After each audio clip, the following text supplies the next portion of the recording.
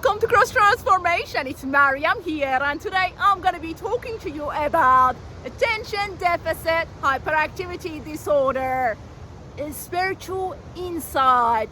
Surely a long label, but with God all things are possible. In Christ we can heal our souls.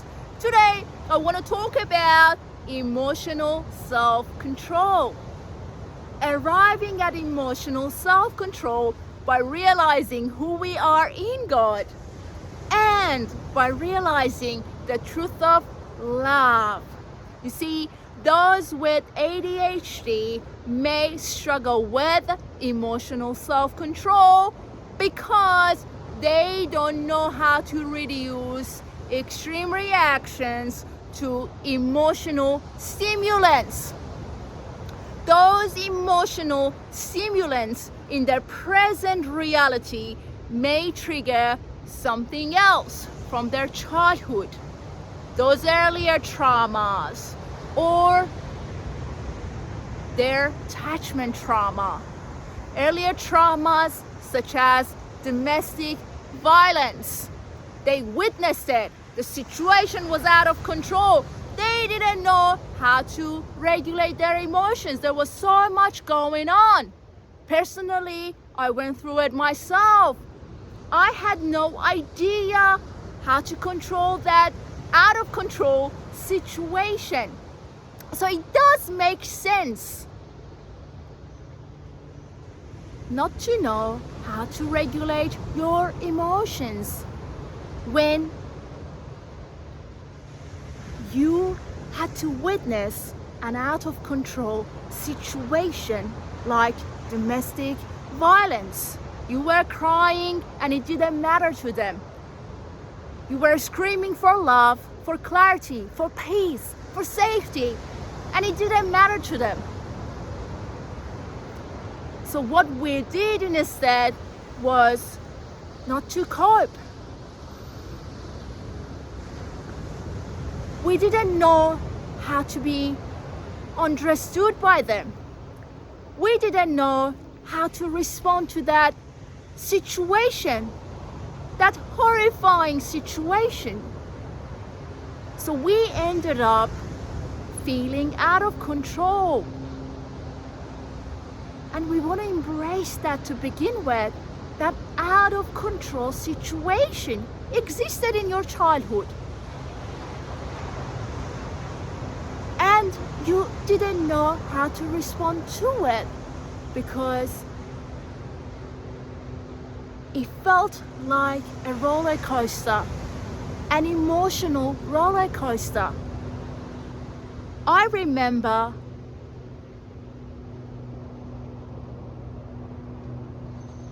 my own experience. They would begin fighting, and soon enough, they would be so violent towards each other. I mean, from the moment I witnessed them fighting, arguing, to the moment that everything was out of control, I was on that emotional roller coaster. The roller coaster of emotions. So if you're experiencing ADHD, it's because the mind has highlighted those loud events. That's what the mind does, highlighting the events that are loud. So what we want to do to begin with is embrace that situation. Don't run away from it. Don't allow those dysregulated emotions to tell you what you need to do now. An insecure attachment style. Maybe you had a borderline mother. They didn't know how to regulate their emotions. My mother didn't know how to regulate her emotions. So we kept tuning into those feelings and emotions that weren't regulated, and they were experiencing it most of the time. So now we are struggling with emotional regulation because we couldn't bond with them. We couldn't bond with that narcissistic mother. We couldn't bond with that borderline mother. And when it comes to the realization of who we are in God, we want to understand that God is within us, so we no longer need to tune into the without, to this world, to that primary caregiver. In order to feel safe, I have to find out how they're feeling, why they're feeling like that, or why they're feeling that way. Instead, we want to go within. We want to realize that who we are is in God, and God is within us, and where He is where we need to tap into. That is how we tune into who we are. That is how we can regulate our emotions, by realizing the presence of God within us, not that primary caregiver, but realizing love, because our journey is the return to love.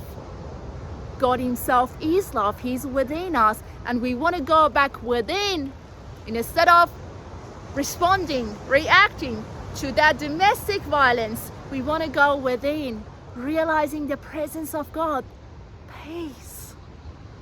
Instead of tuning into that depressed mother, that borderline mother, that narcissistic mother, or that narcissistic dad, we want to tune into love. You see, when we try to feel loved on the basis of those narratives from our childhood, we are only going to lose emotional self-control, because those events weren't of love. And it took me so long to realize that here and now, I don't need to go back to that event and allow that event to decide for my current reality, my emotional responses. And God is present with us. We never, ever need to go back and respond to the current reality according to what happened to us. That out of control situation, that brutal, traumatic event, that borderline mother that had no idea that she couldn't regulate her emotions. We don't need to tune into those events. To that primary caregiver, we can do better.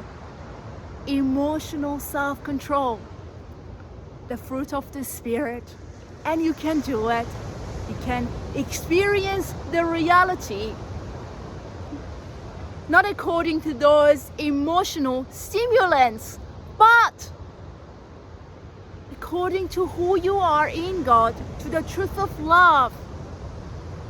Returning to that love, the agape love within us.